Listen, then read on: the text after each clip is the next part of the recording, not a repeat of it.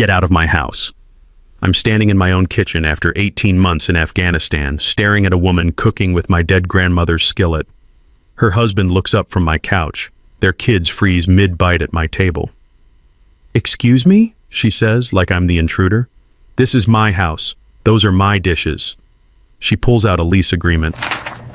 "We pay rent to Margaret Whitfield. We live here legally."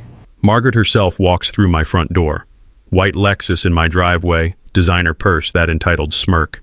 "Jake, you're back early. Property abandonment requires proper HOA procedures. Abandonment? I was deployed. Should have followed protocol." I look at Margaret's smug face and smile for the first time in months. She has no idea what's coming.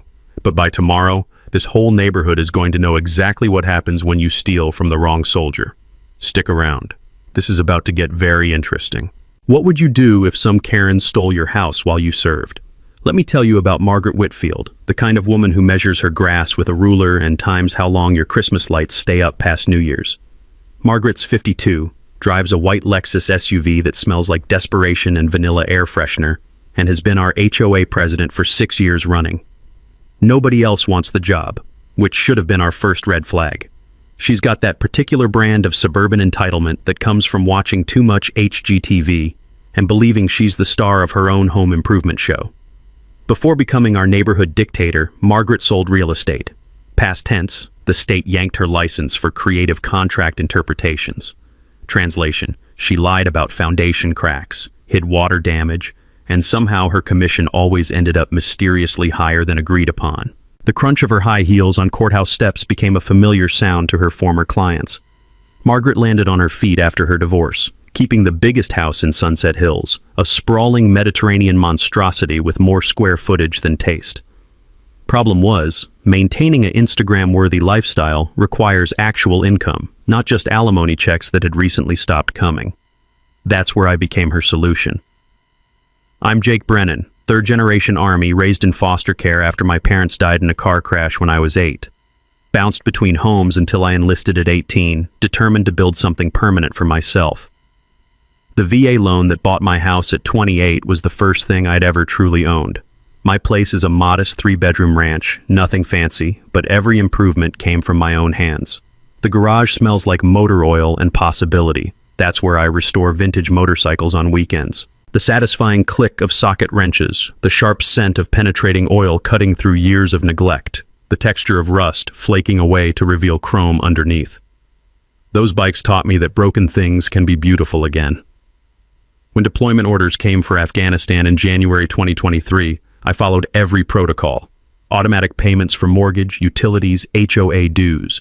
Asked Mrs. Fiona, my 70-year-old neighbor who still bakes snickerdoodles for newcomers, to collect mail and keep watch. I even attended the January HOA meeting before shipping out, specifically informing the board about my 18-month deployment. Margaret sat there nodding, taking notes, asking about emergency contacts and property maintenance. She seemed genuinely concerned about a soldier serving overseas. I should have recognized the predator sizing up her prey. 3 months in, Margaret spotted my grass growing slightly long. "Mrs. Fiona was trying her best, but she's 70 and my mower weighs more than she does." Instead of offering help like a human being, Margaret slapped a violation notice on my door. The adhesive left a sticky residue that probably still marks the spot. When no response came, hard to reply when you're dodging mortar fire in Kandahar, Margaret escalated to abandoned property proceedings. She excavated an obscure HOA bylaw. Properties vacant over 90 days without formal board notification could be temporarily managed for community benefit. My deployment notification somehow vanished from the official meeting minutes. Funny how that happened. By June, Margaret had my house on Craigslist for $2,800 monthly. She installed the Rodriguez family, Maria, a nurse who smelled like hospital soap and exhaustion, Carlos, whose handshake felt like honest work, twins Sophia and Diego, whose laughter should have filled a home they actually owned. Margaret spun them a story about foreclosure and abandonment, showed fake documents, whatever lies made the theft seem legitimate. She pocketed over $8,000 in deposits and first month's rent, money that went straight into her personal account while I earned combat pay dodging Taliban bullets.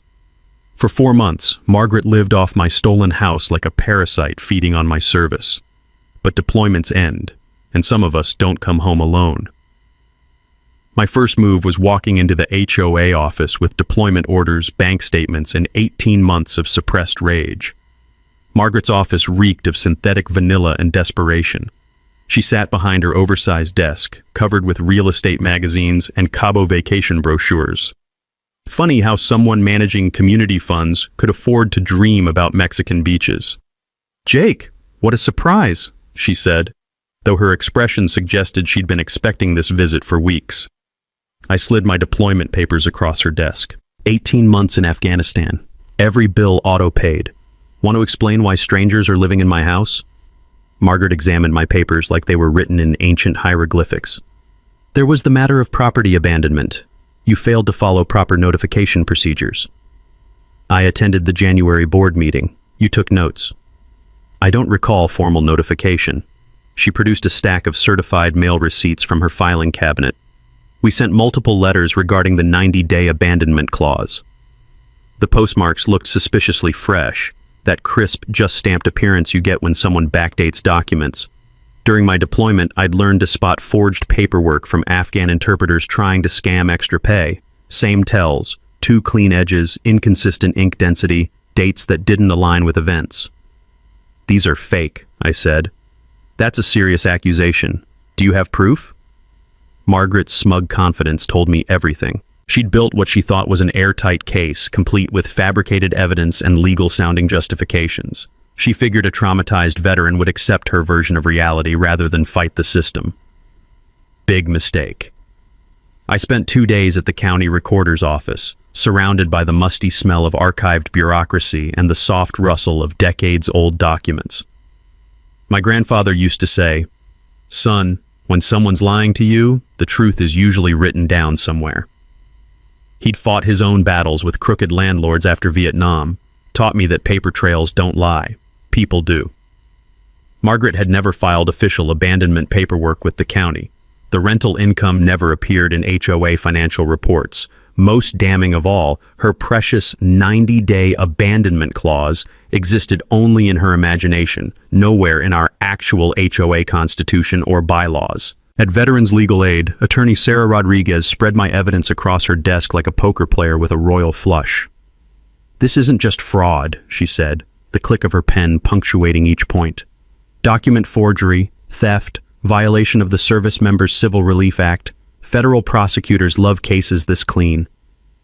Then Margaret made her first tactical error. Instead of laying low, she doubled down. Suddenly, the Rodriguez family, my tenants, started receiving harassment citations. Maria got written up for excessive vehicle idling when she warmed her car before dawn shifts at the hospital. Carlos received violations for unauthorized mechanical work after changing his oil in the driveway. Margaret was systematically targeting them for eviction, trying to eliminate the only witnesses to her scam. The neighborhood email came next. Subject: safety concerns in Sunset Hills. So, Margaret painted me as an unstable veteran with PTSD, conducting surveillance activities against innocent families. She included photos of me documenting my own property as evidence of threatening behavior. The character assassination might have worked, except Margaret forgot about Mrs. Fiona. My 70-year-old neighbor had been quietly watching Margaret's operation for months. When the defamatory email arrived, Mrs. Fiona forwarded it to every military family in our subdivision with her own message. "This woman is lying about Jake. I saw everything." My phone exploded. Tom Harrison, a Marine veteran from Maple Street, called first. "We've got your 6, brother. Whatever you need." Within hours, Margaret's narrative crumbled. Neighbors who'd believed her propaganda started calling with apologies and offers to help. The community Margaret thought she controlled was turning against her.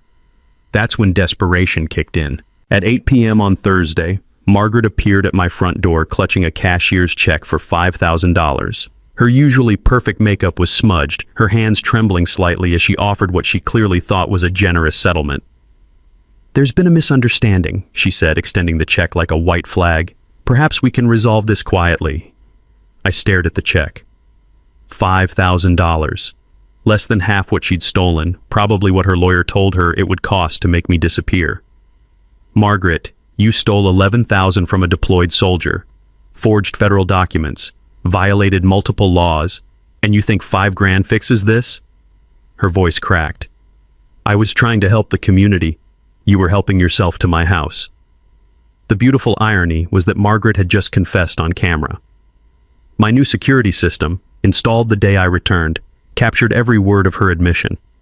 Years of combat had taught me to always have backup plans and backup evidence. Margaret thought she was buying off a broken soldier. She'd just handed me a signed confession and recorded testimony. I handed Margaret's check back like it was soaked in anthrax. Keep your blood money. I want every stolen penny, plus damages, plus your resignation, plus a public apology to the family you've been terrorizing. Margaret's face cycled through colors like a mood ring in a blender. You can't be serious. I'm offering a generous settlement.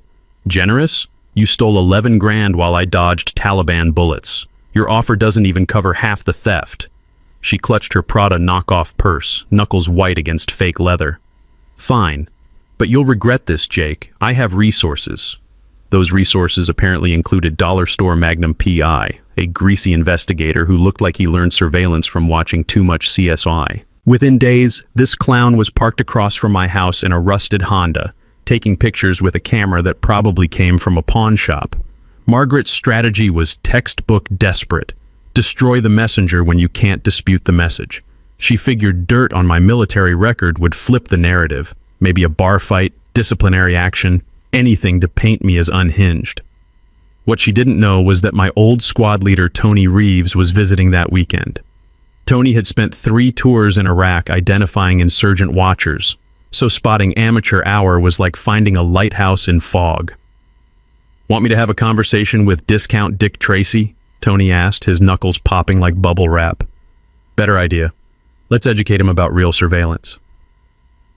Saturday afternoon, we turned Tony into the most suspicious visitor possible. Dark sunglasses, mysterious duffel bag, obvious phone calls about packages and equipment deliveries. Day when Bargain Basement Batman followed Tony to Home Depot, Tony bought zip ties, duct tape, and plastic sheeting, completely innocent renovation supplies that looked absolutely terrifying through paranoid eyes. The beauty was watching this idiot take notes like he'd uncovered the crime of the century. I could smell his cheap cologne and desperation from 50 yards away.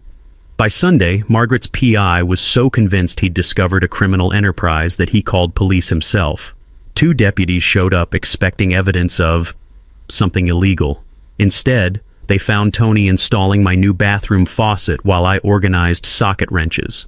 The zip ties were bundling electrical cables. The duct tape was sealing HVAC connections. The plastic sheeting was protecting hardwood floors from tile dust. Ma'am, Deputy Martinez told Margaret when she arrived expecting perp walks, hiring unlicensed investigators to stalk neighbors, then filing false reports based on their fantasies is actually criminal behavior.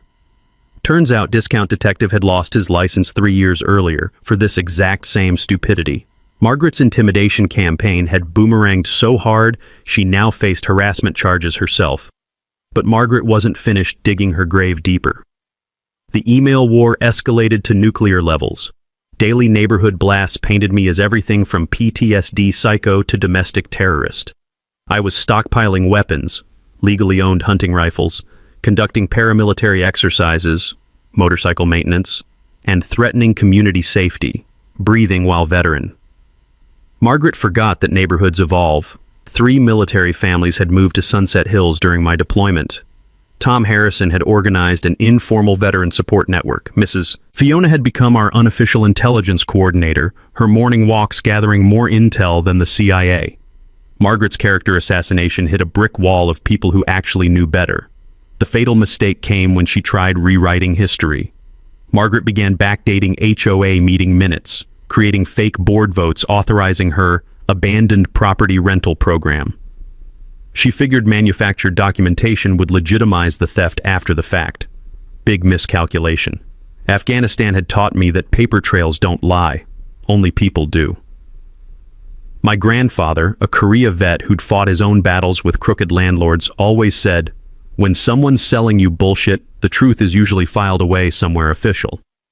Sarah Rodriguez subpoenaed the original HOA records from the management company's off-site storage. Those documents told a story Margaret hadn't counted on anyone reading. The real meeting minutes showed zero discussion of property abandonment, no rental authorization, no board votes remotely connected to my house. Margaret had committed fraud, then compounded it with forgery, obstruction of justice, and about 6 other felonies. She's basically created a federal case study in how to destroy your own life, Sarah explained, evidence spread across her conference table like battle plans. Every agency from local DA to FBI has grounds for prosecution. The irony was delicious. Margaret had launched this war thinking she faced one isolated, traumatized soldier who'd roll over rather than fight the system. Instead, she'd awakened an entire community of veterans who'd learned the same hard lessons about preparation, documentation, and never abandoning a brother under fire.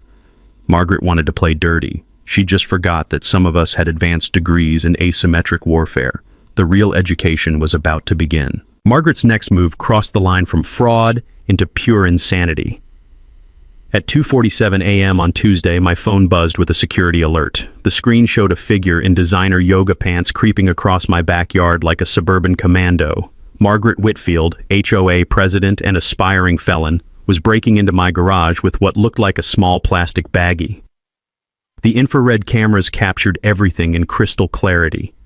Her fumbling with my tool cabinet, carefully placing something behind my motorcycle lift, the guilty glance over her shoulder before slipping back into the darkness. The acrid smell of my own adrenaline mixed with cold fury as I watched her plant evidence in real time. In Afghanistan, we'd use similar surveillance tech to catch Taliban fighters planting roadside bombs.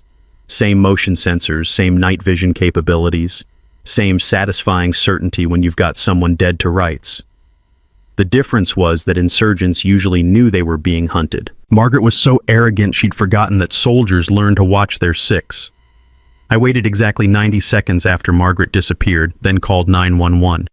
"This is Jake Brennan at 1247 Sunset Hills Drive. My security system just recorded someone breaking into my garage and planting what appears to be narcotics. I need officers immediately." The responding units arrived within minutes, followed by Margaret's white Lexus pulling up with Hollywood perfect timing. She'd obviously planned to discover the planted drugs during a convenient HOA inspection, then play the concerned citizen reporting criminal activity. Instead, she got to watch Officer Martinez examine the baggie of what turned out to be crushed Adderall while my security footage played on his body camera. "Ma'am," Martinez said, his voice carrying that special contempt cops reserve for the truly stupid, "we have clear video of you committing breaking and entering, planting evidence, and attempting to frame a military veteran. You're under arrest for multiple felonies." The metallic click of handcuffs around Margaret's wrists echoed through the night like justice finding its target. Her mascara ran in black rivers down her cheeks as the magnitude of her stupidity crashed over her. But Margaret's arrest was just the opening act. Neighborhood security footage of the HOA president being perp-walked from a veteran's driveway hit our local Facebook groups like napalm. Within hours, the grainy video showing Margaret's drug-planting adventure had been shared, screenshotted, and turned into memes that spread through Riverside County like wildfire. The real explosion came when other residents found their courage. Mrs. Patterson, our 78-year-old neighbor, revealed Margaret had scammed her out of $1,200 for emergency roof repairs that never happened. The Garcias discovered they'd been paying Margaret's brother inflated landscaping fees that never appeared in HOA records. The Johnson family had shelled out $800 in special assessments that went straight into Margaret's personal account. A clear pattern emerged. Margaret had been systematically targeting vulnerable residents for years: elderly widows, deployed military families, anyone who couldn't fight back effectively. Our neighborhood hadn't just tolerated a corrupt HOA president. We'd been living under an organized crime operation disguised as suburban governance. District Attorney Rebecca Walsh held a press conference that made Margaret's mugshot the face of HOA corruption statewide.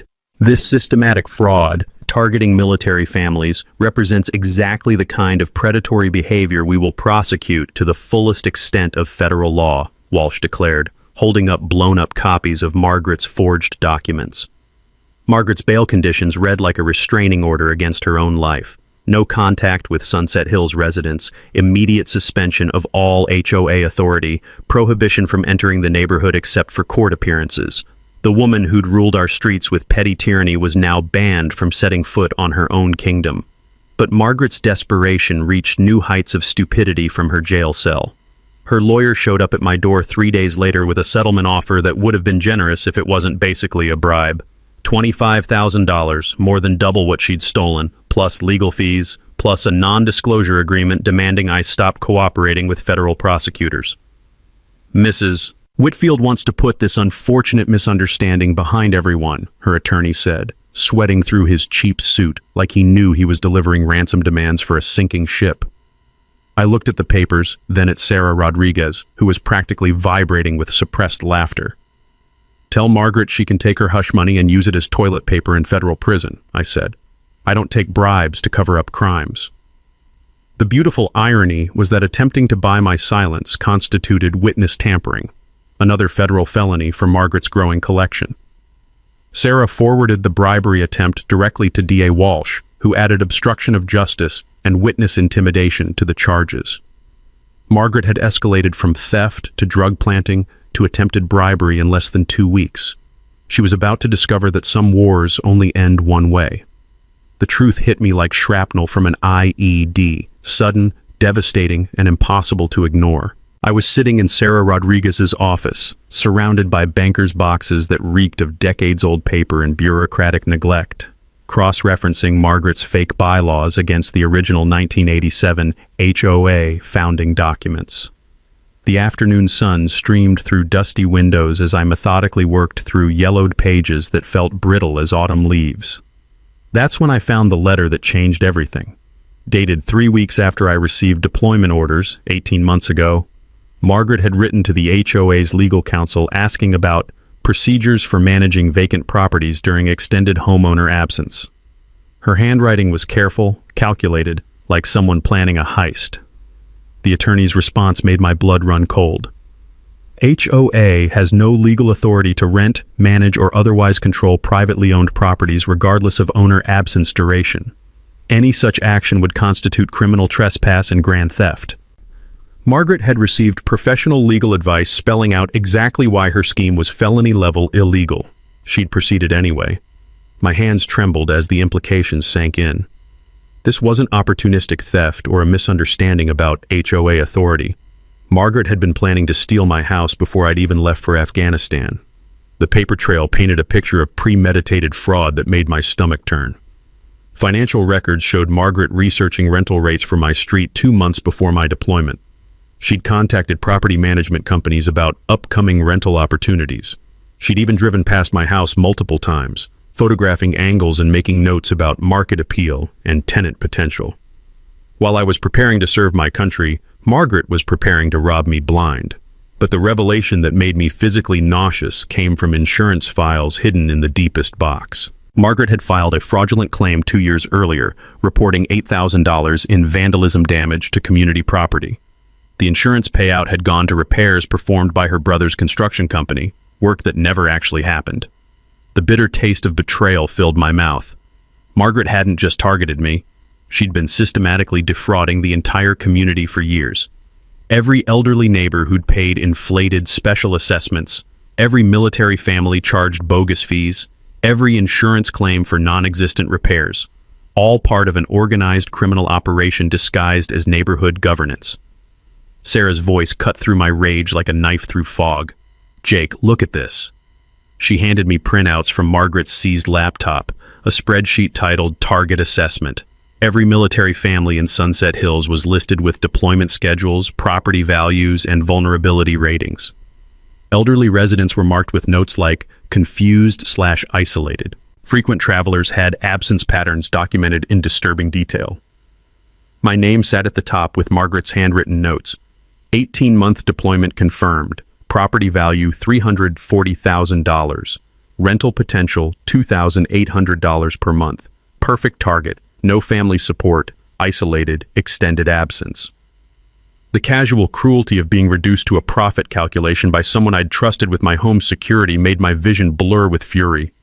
Margaret hadn't seen me as a neighbor serving his country. I was livestock to be harvested. "This is federal racketeering territory," Sarah explained, her voice tight with controlled anger. "Wire fraud, mail fraud, conspiracy, organized criminal enterprise." Margaret's looking at decades in federal prison.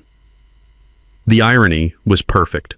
Margaret's obsessive record-keeping, the same compulsion that had made her document every fake bylaw and forged signature, had created an airtight federal case against herself. She'd been so busy planning my destruction that she'd meticulously documented her own. Margaret thought she'd been hunting one vulnerable soldier. She'd actually been building her own federal prison sentence, one crime at a time. The first truck rolled into my driveway at 06:30 hours on Saturday morning. Tony Reeves in his lifted F-250, diesel engine rumbling like distant thunder across suburban silence. "Figured you could use some backup, brother," he said, crushing my hand in a grip that still carried 3 tours worth of calluses and conviction. By Sunday evening, my garage had transformed into an unofficial Veterans Reunion Center. The rich smell of motor oil mixed with fresh coffee and determination as old squad members materialized from across the country. Mike Fiona drove down from Sacramento with surveillance equipment that belonged in a spy movie. Danny Walsh flew in from Phoenix carrying legal documents and barely contained rage. Carlos Mendez took emergency leave from San Diego, arriving with a cooler full of beer and stories that made Margaret's fraud look like amateur hour. The sound of military voices discussing tactics drifted through my neighborhood like psychological warfare in suburbia. Margaret noticed immediately. Her morning power walks past my house became nervous speed shuffles as she spotted license plates from 6 different states and heard the distinctive cadence of veteran conversations echoing from my backyard. The metallic clink of tools against chrome, the sharp scent of penetrating oil cutting through morning air, the low rumble of engines being tuned to perfection. All sounds that screamed organized, competent, and patiently waiting.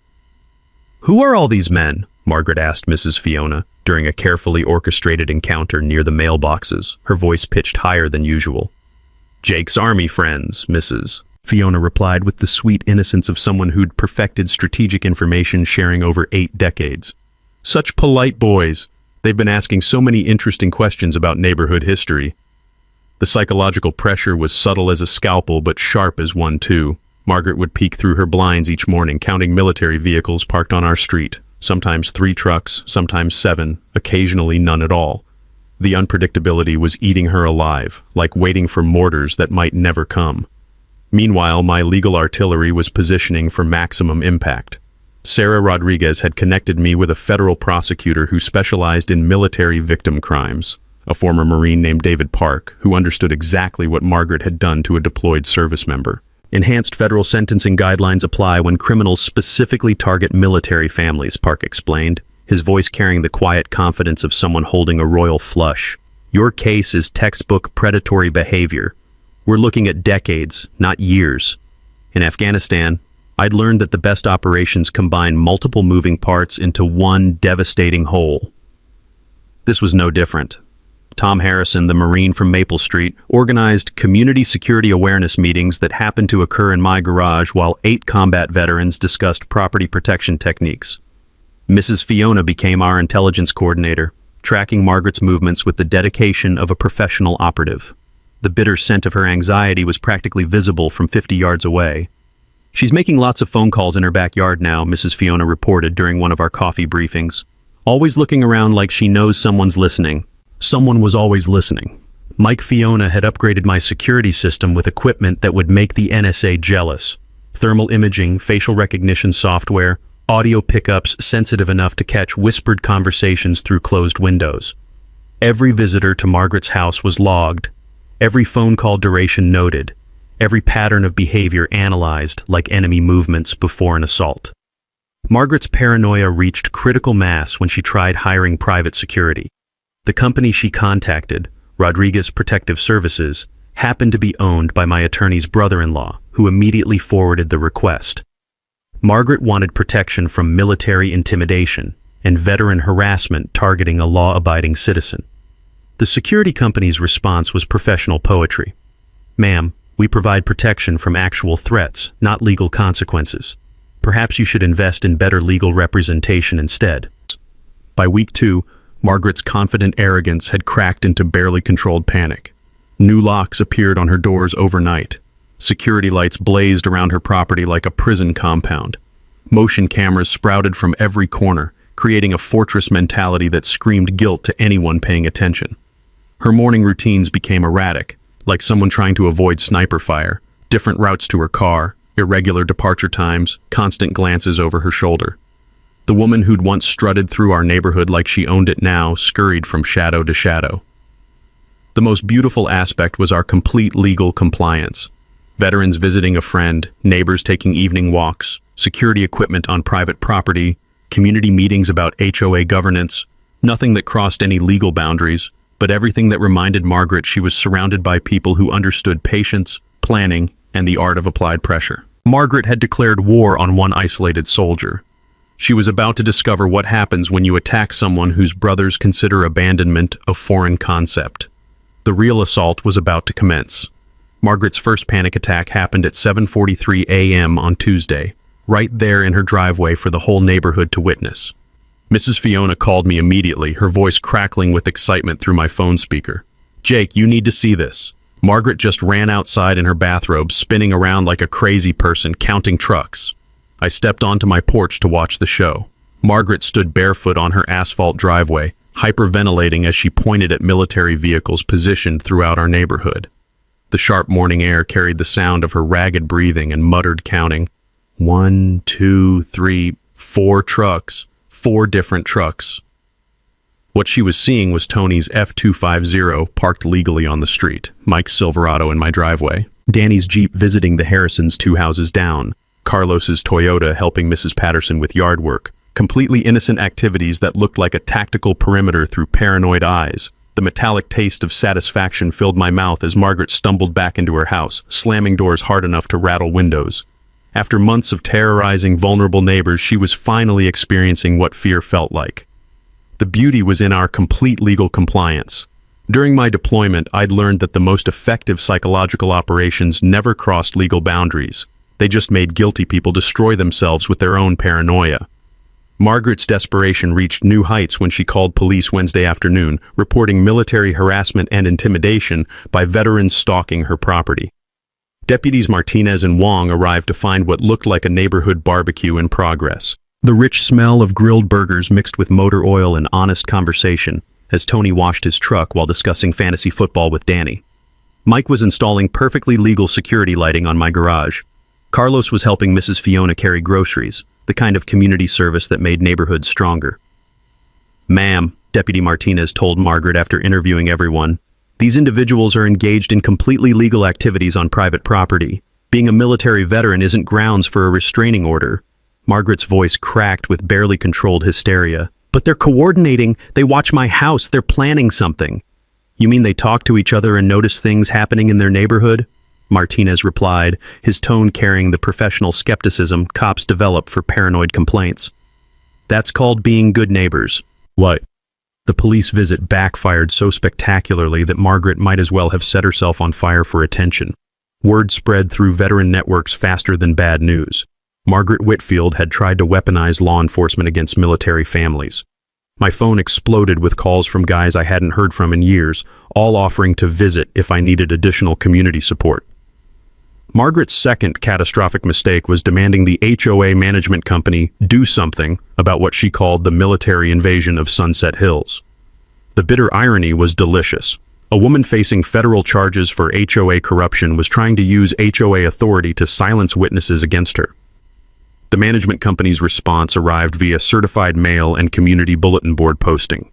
Margaret Whitfield is immediately suspended from all HOA duties pending resolution of criminal charges. She is no longer authorized to represent, communicate for, or make decisions on behalf of the Sunset Hills Homeowners Association. Margaret's suburban dictatorship was officially dead, but losing her position only amplified her desperation into full-blown hysteria. Mike Fiona's upgraded surveillance equipment picked up fragments of increasingly frantic phone calls, Margaret ranting to anyone who'd listen about military conspiracies and veteran revenge plots. The cruel irony was that her imagination was running wild with violent scenarios that existed only in her guilty conscience.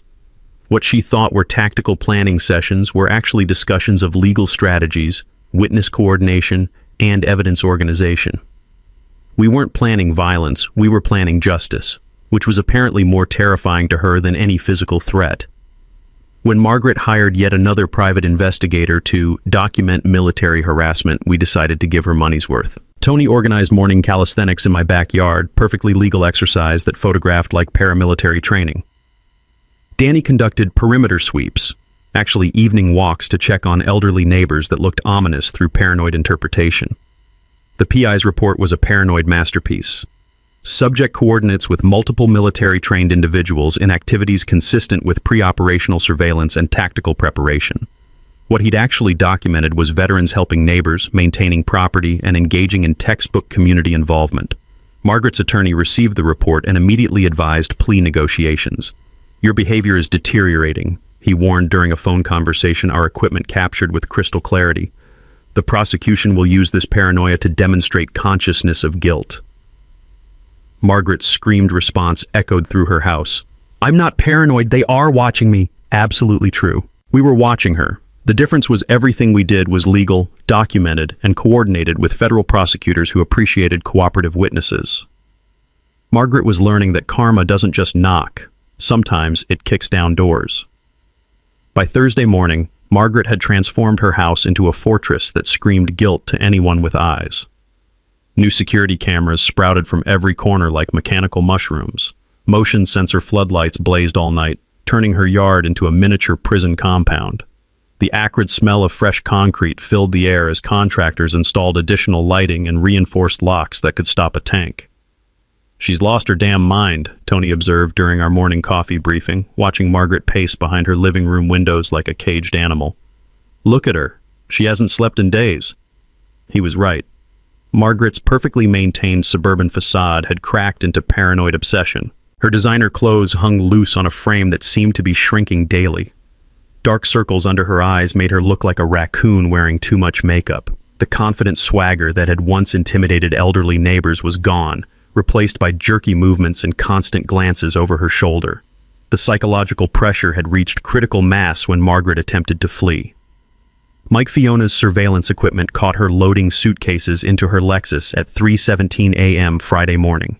The infrared cameras showed her making multiple trips, stuffing what looked like financial documents and expensive jewelry into the trunk. The metallic clink of her car keys echoed through pre-dawn silence as she prepared to abandon her fortress. That's when Deputy Martinez's patrol car appeared at the end of our street.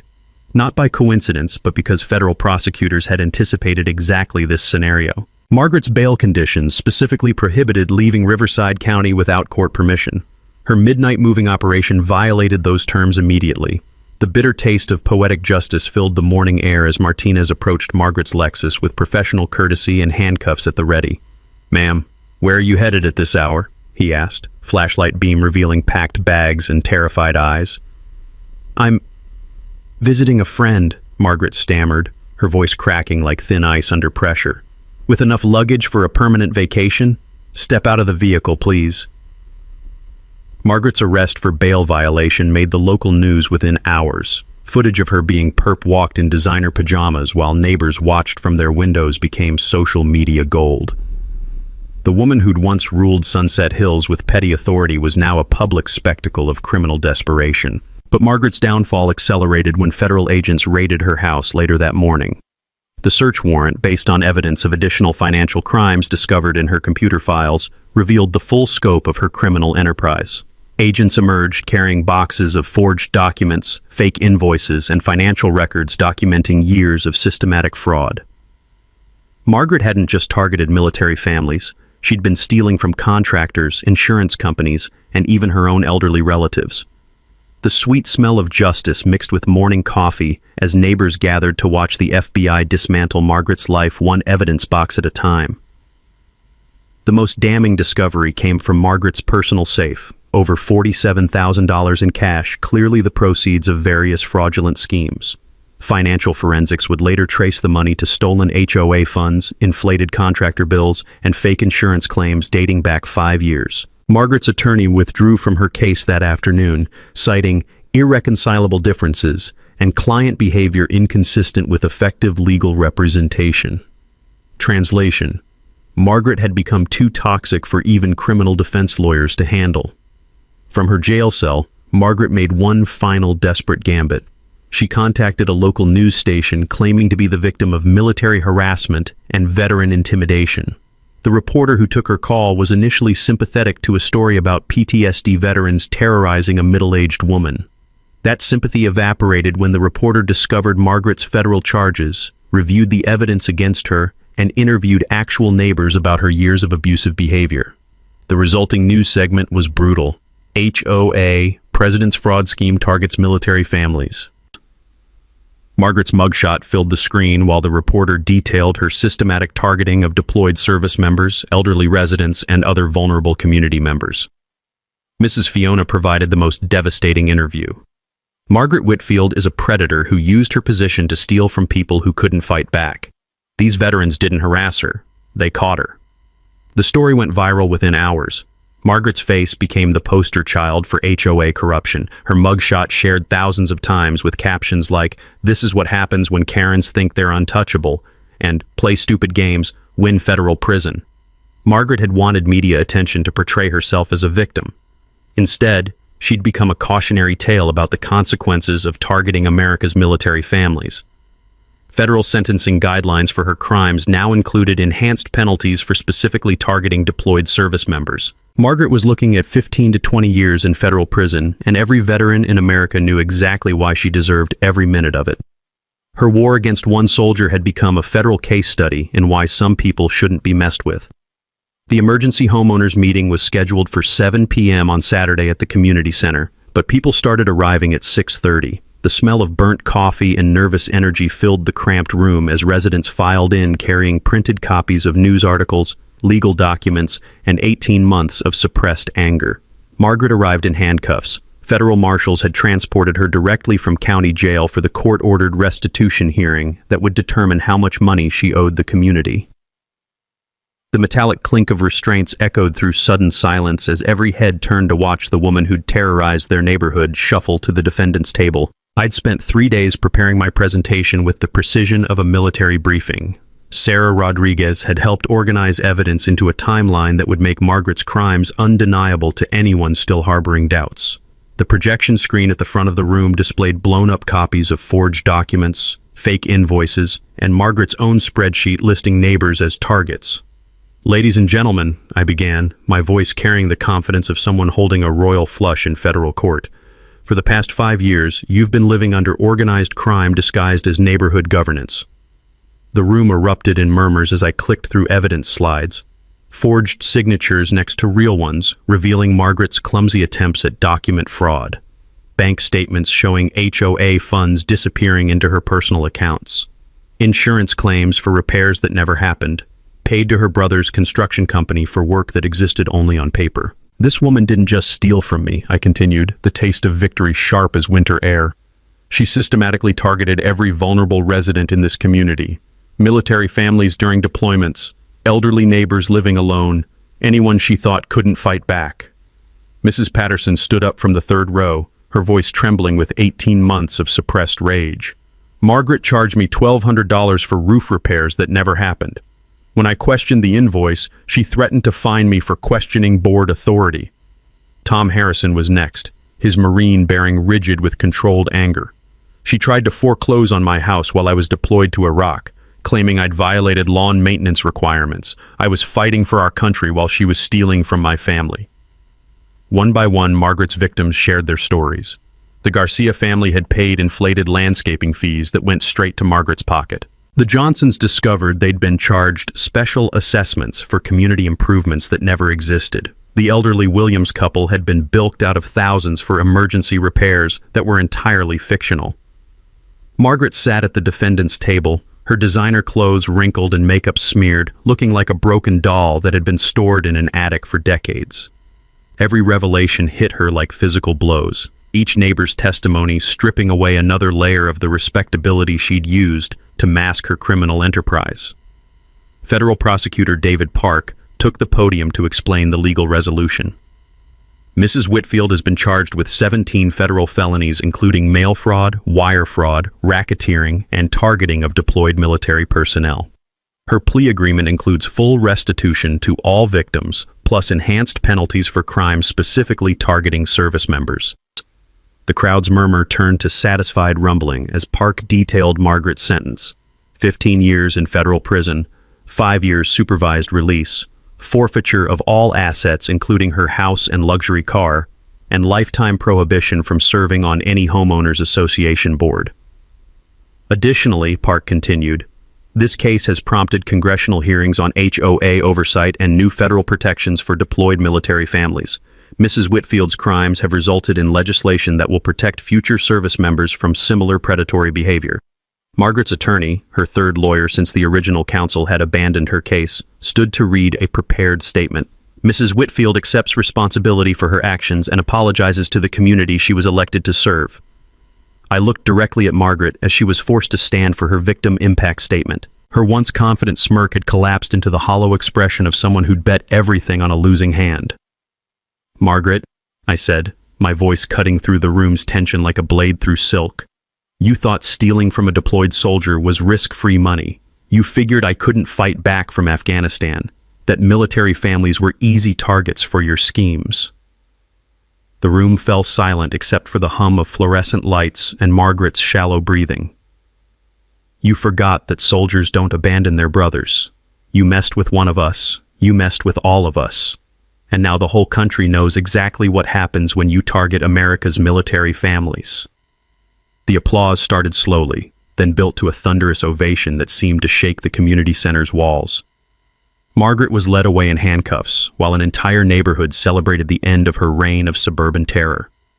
Justice had been served with military precision. 6 months later, I was standing in my fully restored kitchen, watching the Rodriguez family's kids play in their new backyard through my window. Carlos had used the restitution money Margaret was forced to pay to buy a house 3 streets over, a modest ranch that actually belonged to them this time. Maria's nursing schedule meant she still passed my house on her way to work, always waving and smiling like we'd been neighbors for decades, instead of reluctant co-conspirators in Margaret's downfall. The sweet smell of fresh paint and new beginnings filled my house as I finished the renovations that erased every trace of Margaret's violation.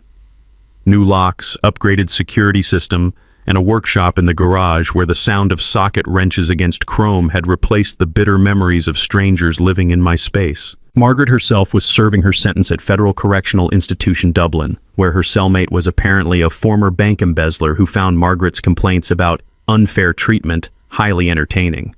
According to news reports, Margaret spent most of her time in the prison library, researching appeals that would never succeed and writing letters to judges who would never read them.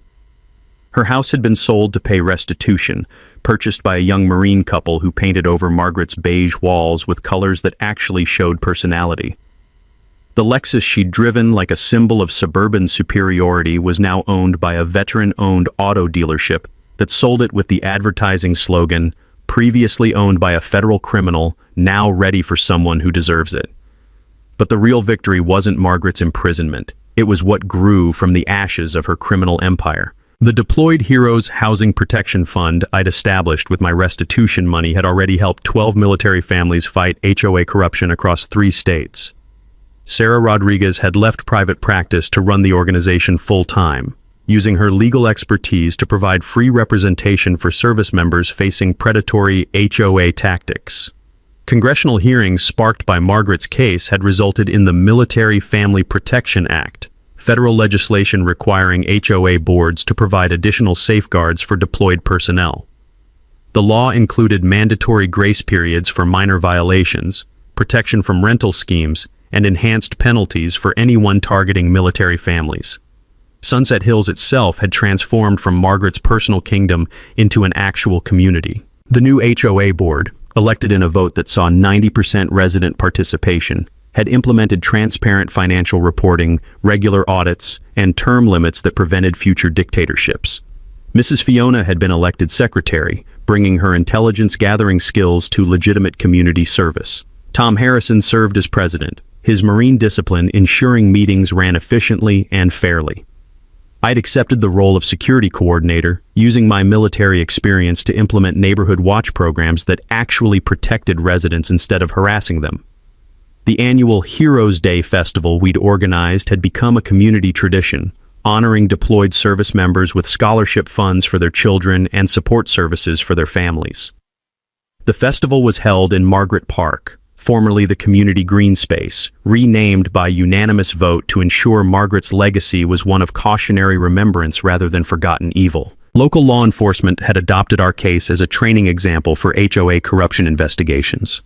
Police academies across California now used Margaret's crimes as a textbook study in recognizing and prosecuting organized fraud targeting vulnerable populations. The documentary film crew that had followed our story for 6 months premiered The HOA Wars at the Riverside Film Festival, with proceeds going to veteran legal aid organizations. Margaret's mugshot was featured prominently in promotional materials, ensuring her face would forever be associated with the consequences of targeting military families. On quiet evenings, I'd sit on my front porch with a beer and watch neighbors walking their dogs, kids riding bicycles, families enjoying the community Margaret had tried to control through fear and greed. The rumble of motorcycles from my garage mixed with sounds of genuine neighborhood life, barbecue conversations, pickup basketball games, the distant laughter of children who felt safe in their own yards. Margaret had declared war on one soldier and ended up facing an army. The lesson was simple. Some fights you can't win, especially when you're fighting the wrong people for the wrong reasons. 15 years in federal prison. That's what Margaret Whitfield got for turning Jake's deployment into her personal payday.